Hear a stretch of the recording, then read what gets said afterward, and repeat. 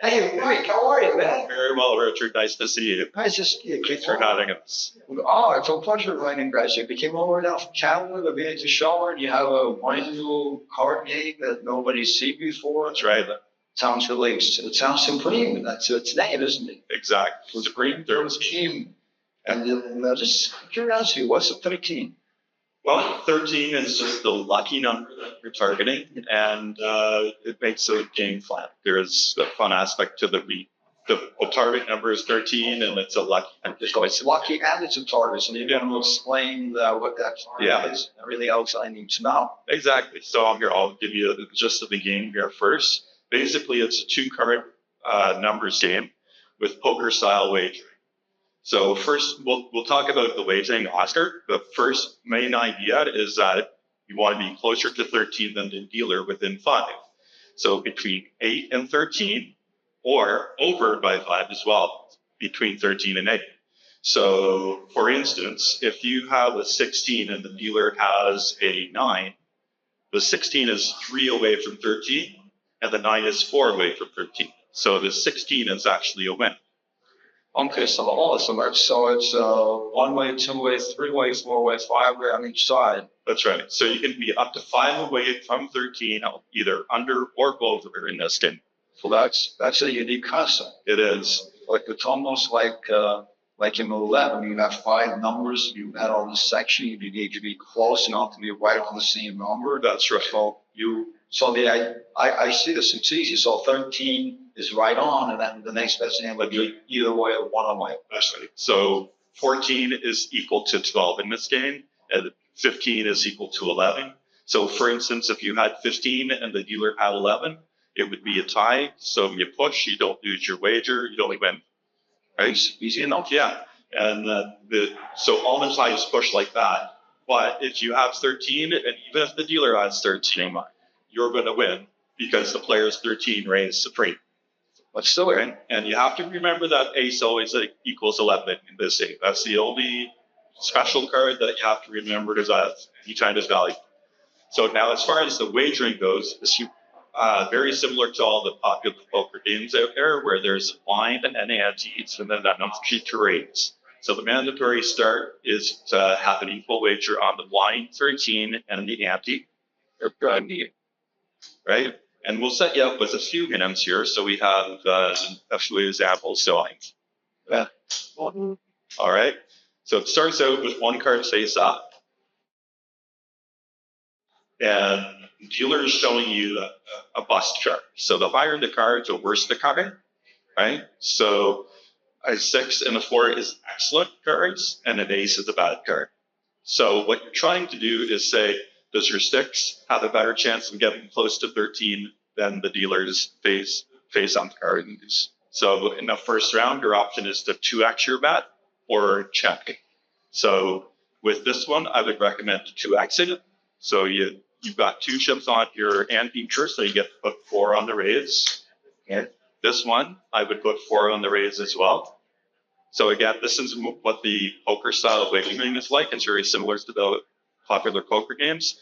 And this is a bad card, so you could just check and you'll get to see your card move free. So I don't have to throw my hand away. I still could possibly win. Exactly. So this could actually turn into a very good 13 if you did it too. Okay. So that's a 10. You're 3 away from 13. That's a 7. Unfortunately, it's below 8. So that's going to be a bust. And 21 is above 18, so it's a bust as well. So we'll collect those. And now we expose the dealer's second card, and the dealer has 19. It's a bust.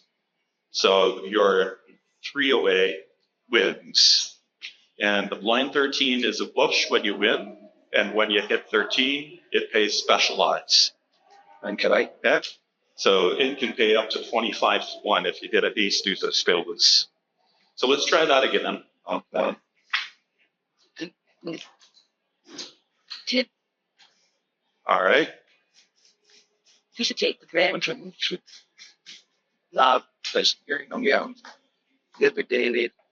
Again, you were showing a bust card this time. And then you've got an ace, which is the bust card, so you want to check on that. But you've got a 4 here and a 3 here. So your option at this point is to 2x your bet or check to see your next card. So I would raise it, right? you would raise your X.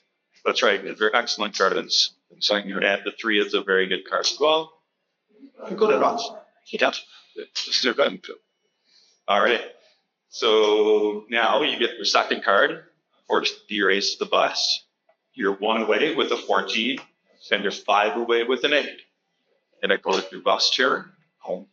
And the dealer shows a 1 away with a 14.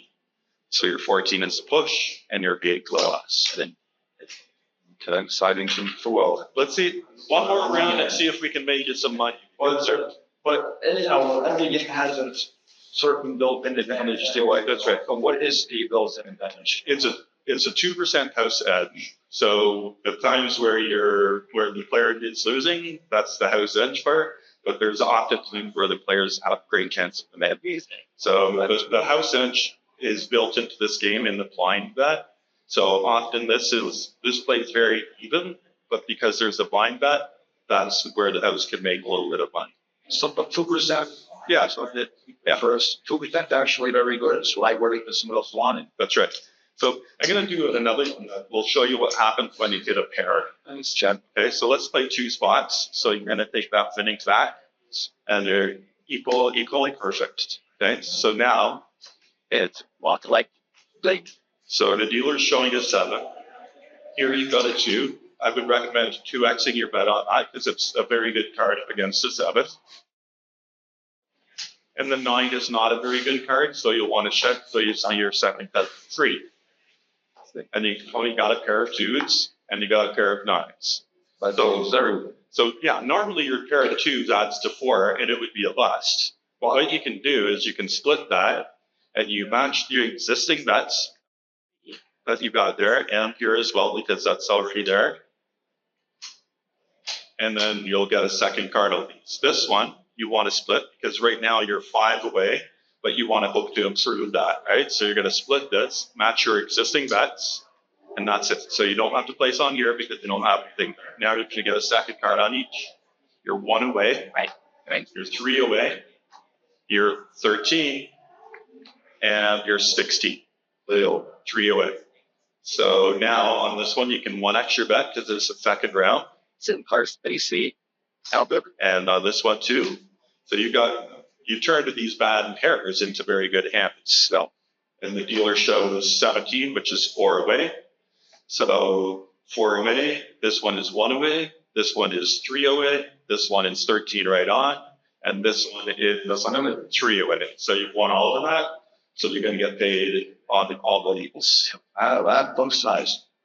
That's what the play was out for you and everything else. That's right. All to get to. And you need to get more interested in trade where yes. Right now, because now the blind 13 spot gets paid when you win with a natural 13 before splitting. So if you had hit 13 before you split, then that would get paid as well. But it was after you split. Okay. Sounds good. Cool. Sounds different. Very good. Can we play just one more round? Sure. Play one more round, see if I get one. That's right.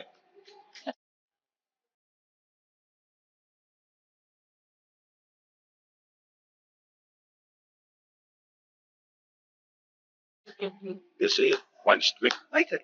All could be. All right. Dealer's showing a 6. If you've got a 10 here, would you like to 2x or check? And that's check, isn't it? Yeah, you're right. Would you like to 2x or check here? Since we both have the 6, I guess it's another check, or maybe I should. You can check that. It's a safe bet.